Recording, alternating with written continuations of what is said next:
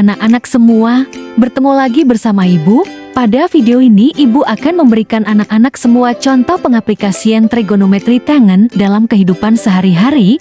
Ibu harapkan anak-anak semua dapat memahami dengan baik ya. Sebagai berikut, Nova adalah siswi kelas 10 di SMAN 5 Kota Jambi. Suatu hari, ia tertarik untuk mengetahui tinggi pohon mahoni yang ada di halaman sekolah. Namun, ia hanya memiliki alat sederhana, yaitu meteran kain, busur derajat, dan alat tulis. Nova tidak memiliki alat canggih seperti pengukur laser atau drone. Nah, setelah mengetahui kisah Nova, menurut anak-anak semua adakah upaya yang dapat dilakukan Nova agar Nova dapat mengukur tinggi pohon mahoni tersebut? Jika ada, berikanlah solusi serta beritahu terkait kelemahan dan kelebihan dari solusi yang kamu berikan tersebut.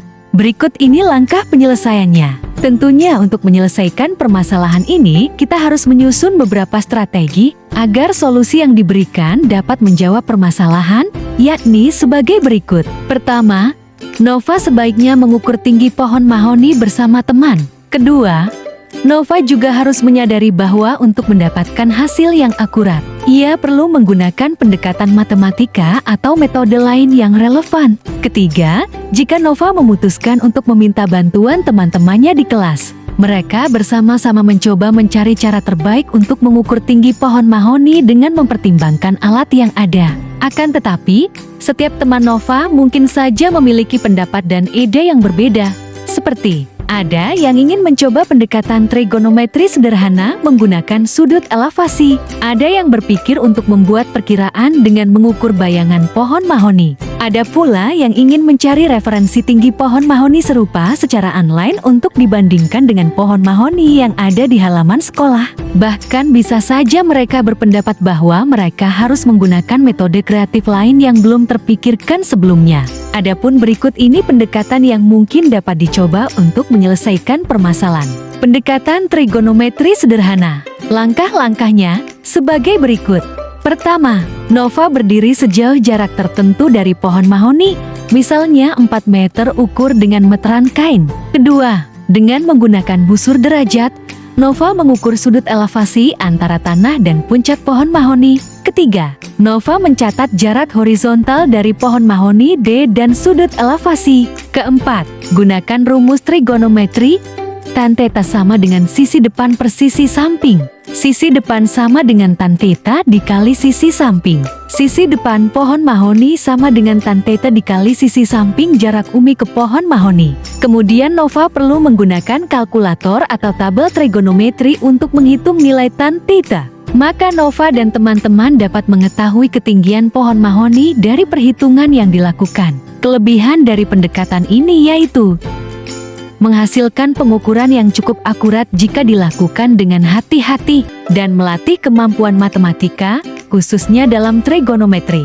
Kelemahan dari pendekatan ini yaitu membutuhkan pemahaman dasar trigonometri dan kemampuan menghitung nilai sudut. Dan akurasi pengukuran bergantung pada ketelitian alat dan cara Nova mengukur sudut menggunakan panjang bayangan. Langkah-langkahnya sebagai berikut.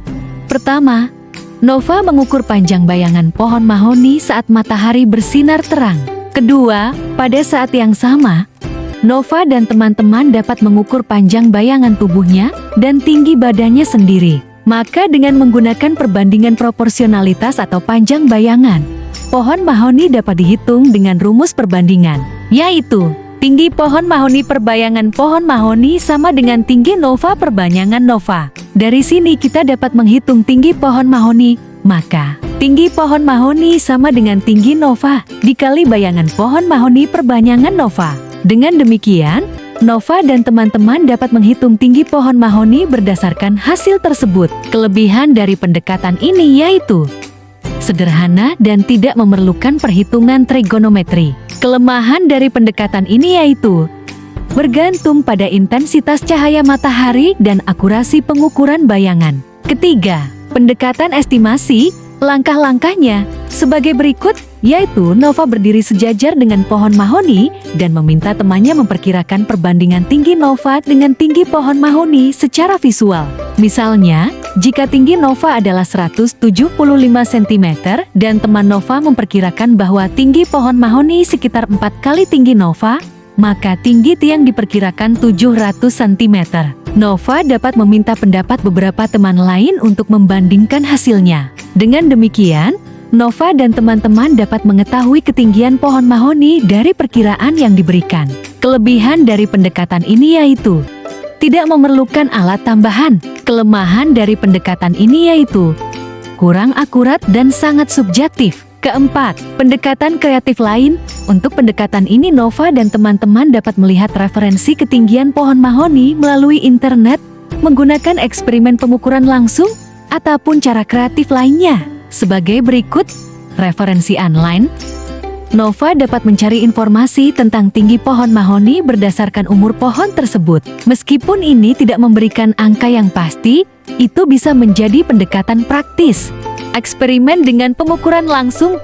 Dengan menggunakan tali atau meteran, Nova dapat mencoba mengukur tinggi pohon mahoni secara manual dengan cara menaiki pohon mahoni secara hati-hati atau menggunakan alat bantu seperti tangga atau dengan cara lain.